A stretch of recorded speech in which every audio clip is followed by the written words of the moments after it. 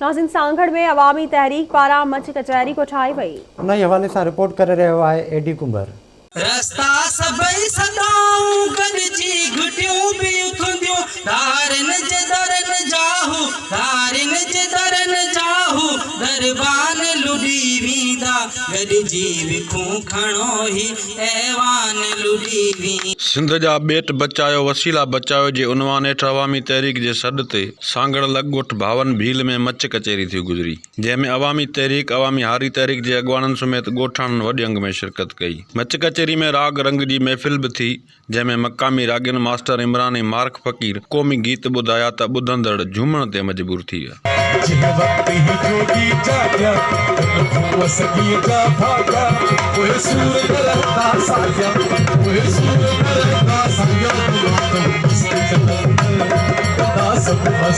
Much कचहरी में शरीक अॻुवाणनि चयो त अवामी तहरीक जे हिन सिलसिले खे सिंध मां मोट मिली आहे। असीं ॻोठ ॻोठ में सिंध जा बेट बचायो वसीला बचायो जे उनवान हेठि मच कचहरियूं रखाए सिंधी क़ौम में सुजागी पैदा करण निकिता आहियूं। असां अवामी तहरीक तरफ़ां जेका सिंध जे ज़मीननि ते ऐं सिंध जे बेटनि ते सिंध जे वसीलनि ते कब्ज़ा थियनि पिया, उन जे ख़िलाफ़ असां जेको फ़ैसिलो कयोसीं मरकज़ी कमेटी में अवामी तहरीक में, त सॼी सिंध में असां मच कचहरियुनि जे हवाले सां सॼी सिंध खे सुजाग कंदासीं। सॼी सिंध जे माण्हुनि खे जेके असांजा नुक़सान थियनि पिया, जेके कब्ज़ा थियनि पिया, उन्हनि जी आगाही ॾींदासीं ऐं उन्हनि खे जदोजहद जे मैदान ते वठी ईंदासीं।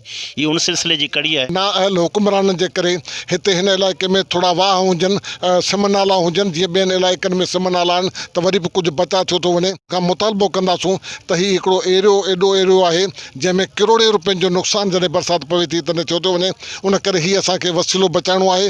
हितां सिमनाला कढी ऐं ॿोॾि जे ख़तरे खां हमेशह माण्हुनि खे आज़ादु कयो वञे, त जीअं हिन इलाइक़े जा माण्हू पंहिंजो गुज़र सफ़र जेको सो बचाए सघनि। हिन मच कचहरियुनि जो फ़ैसिलो अवामी तहरीक जे मरकज़ी कमेटी कयो हो।